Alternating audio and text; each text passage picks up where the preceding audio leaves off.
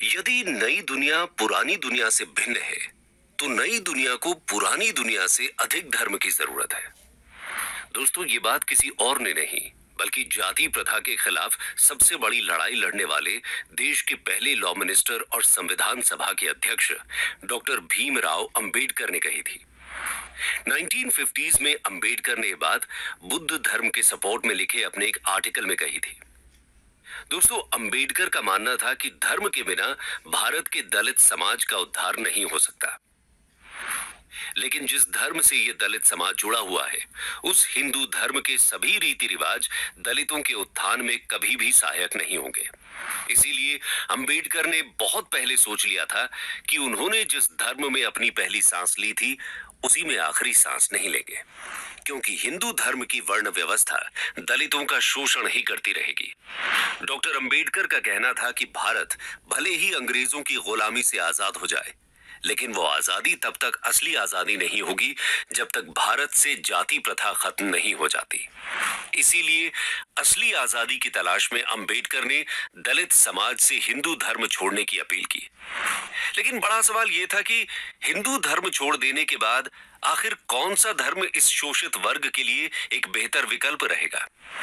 इसी सवाल के जवाब की तलाश करते हुए अंत में उन्होंने 14 अक्टूबर 1956 को बुद्धिज्म अपना लिया, और उनके साथ ही साथ 3 लाख से ज्यादा दलित भी एक साथ हिंदू धर्म से बौद्ध धर्म में कन्वर्ट हो जाते हैं, जो कि आजादी के बाद भारत के इतिहास की बहुत बड़ी घटना बन जाती है। इसीलिए आज की इस वीडियो में पहले हम अंबेडकर की लाइफ और उनके स्ट्रगल के बारे में जानेंगे, जिसके बाद हम ये समझेंगे कि उन्होंने सभी धर्मों को छोड़कर बौद्ध धर्म को ही क्यों चुना। Birth and early life.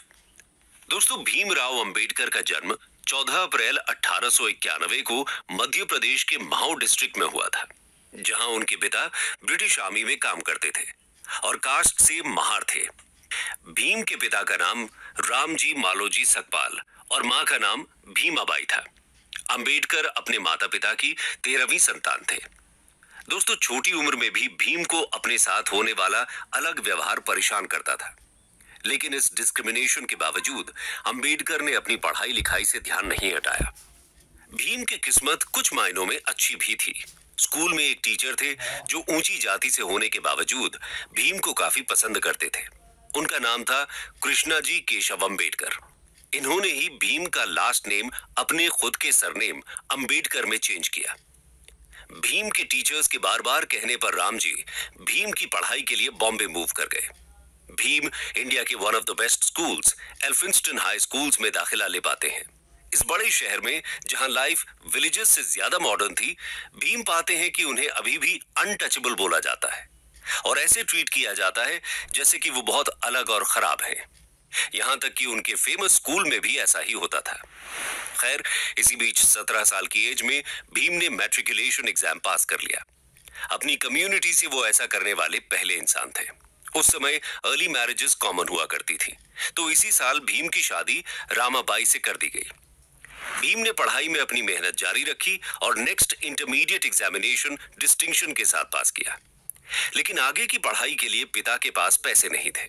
तब बड़ौदा के महाराज ने अंबेडकर को आगे पढ़ने के लिए स्कॉलरशिप दी, और उन्हीं की स्कॉलरशिप पर न सिर्फ उन्होंने बीए पास किया, बल्कि 1913 में आगे की पढ़ाई के लिए अमेरिका की फेमस यूनिवर्सिटी ऑफ कोलंबिया में मास्टर्स में दाखिला ले लिया। 2 साल के अंदर ही उन्होंने एमए की डिग्री हासिल करके अगले ही साल अपनी पीएचडी थीसिस भी कंप्लीट कर ली। इसके बाद वो कोलंबिया छोड़कर इंग्लैंड चले गए और वहां London school of economics join करते हैं। लेकिन वहां उनकी पीएचडी आधी रह जाती है, क्योंकि स्कॉलरशिप खत्म हो गई थी। जिसके बाद वो इंडिया आकर बड़ौदा में ही सिविल ऑफिसर बन जाते हैं। उन्हें लगा था कि इतनी ऊंची पोस्ट के बाद उनके साथ जातिगत भेदभाव तो नहीं होगा, लेकिन कास्ट सिस्टम ने उनका पीछा यहां भी नहीं छोड़ा।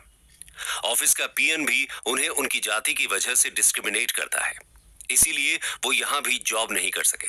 लेकिन 1918 में भीमराव बॉम्बे के सिडेनम कॉलेज में लेक्चरर बन गए और यहां स्टूडेंट्स के बीच एक ब्रिलियंट टीचर और स्कॉलर के रूप में उनकी एक पहचान बनने लगी। इसी समय उन्होंने एक मराठी न्यूज़पेपर मूक नायक की शुरुआत भी की, जो कि अनटचेबल्स की आवाज बनता है। भीमराव ने कॉन्फ्रेंसेस ऑर्गेनाइज और अटेंड करना भी शुरू किया।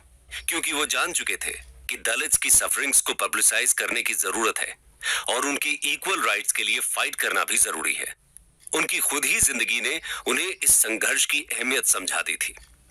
इसी बीच वो लंदन जाते हैं अपनी इकोनॉमिक्स की पीएचडी कंप्लीट करने और साथ ही वकालत की पढ़ाई करके वापस आते हैं। अब उन्होंने दुनिया की बेस्ट एजुकेशन हासिल कर ली थी और दलित कम्युनिटी को लीड करने की पूरी काबिलियत रखते थे। इसीलिए उन्होंने अपनी जिंदगी दलितों के उत्थान के लिए ही समर्पित कर दी। एजुकेशन की इंपॉर्टेंस को जानते हुए भीमराव ने 1924 में बहिष्कृत हितकारिणी सभा नाम से एक एसोसिएशन की शुरुआत की। इसका काम हॉस्टल्स, स्कूल्स और फ्री लाइब्रेरी सेटअप करना था। इसके बाद 1927 में महाड़ सत्याग्रह हो, राउंड टेबल कॉन्फ्रेंसेस में पार्टिसिपेट करना हो या कंस्टिट्यूएंट असेंबली में दलित राइट्स को इंश्योर करना, भीमराव जी ने दलित्स की इमेंसिपेशन के लिए ही काम किया। इस सब के बीच 13 अक्टूबर 1935 को अंबेडकर ने नासिक में एक घोषणा की, जिसमें उन्होंने कहा कि वो हिंदू धर्म छोड़ने का निर्णय ले चुके हैं।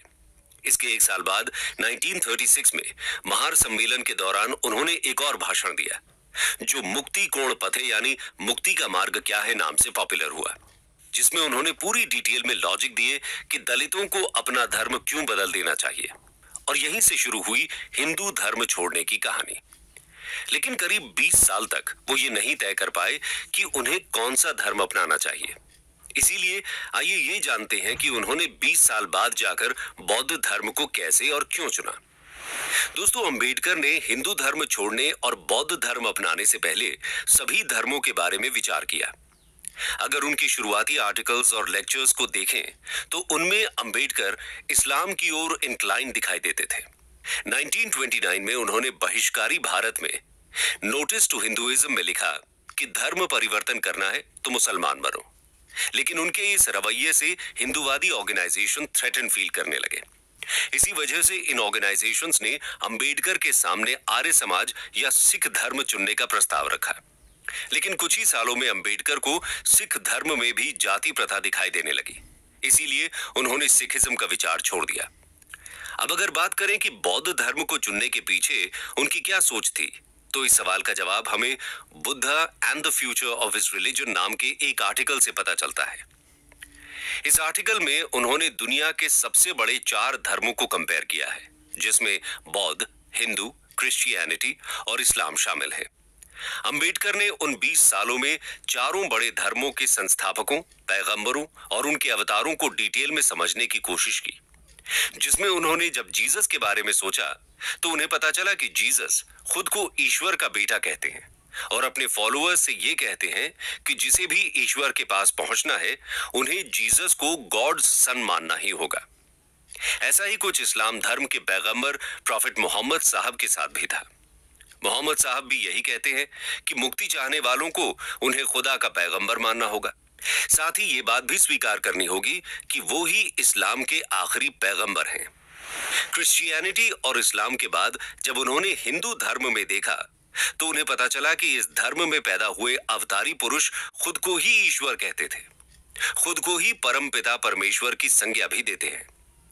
इसी तरह जब अंबेडकर बुद्ध के बारे में जानने गए तो उन्हें पता चला कि वो किसी ईश्वर के पुत्र, पैगंबर या खुद ईश्वर नहीं बल्कि एक मनुष्य होने का दावा करते हैं और उन्होंने एक मनुष्य के रूप में ही अपने धर्म का प्रचार प्रसार किया। साथ ही गौतम बुद्ध ने कभी भी चमत्कार या अलौकिक शक्ति का दावा नहीं किया, जिससे अंबेडकर सबसे ज्यादा प्रभावित हुए। जीसस, प्रॉफिट मोहम्मद और हिंदू अवतारों ने जहां खुद को ही मोक्ष और मुक्ति दाता कहा, तो वहीं बुद्ध ने सिर्फ मुक्ति का मार्ग दिखाया, जिस पर चलना सबको अपने से ही था।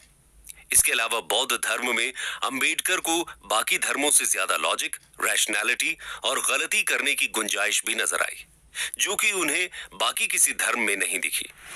साथ ही उन्होंने ये भी पाया कि बुद्ध अपने ही उपदेशों में ये भी कहते हैं कि उनके धर्म पर भूतकाल का दबाव या बोझ नहीं होना चाहिए, यानी जरूरत के हिसाब से धर्म में बदलाव होते रहें, तभी धर्म का असली मतलब बचा रहेगा।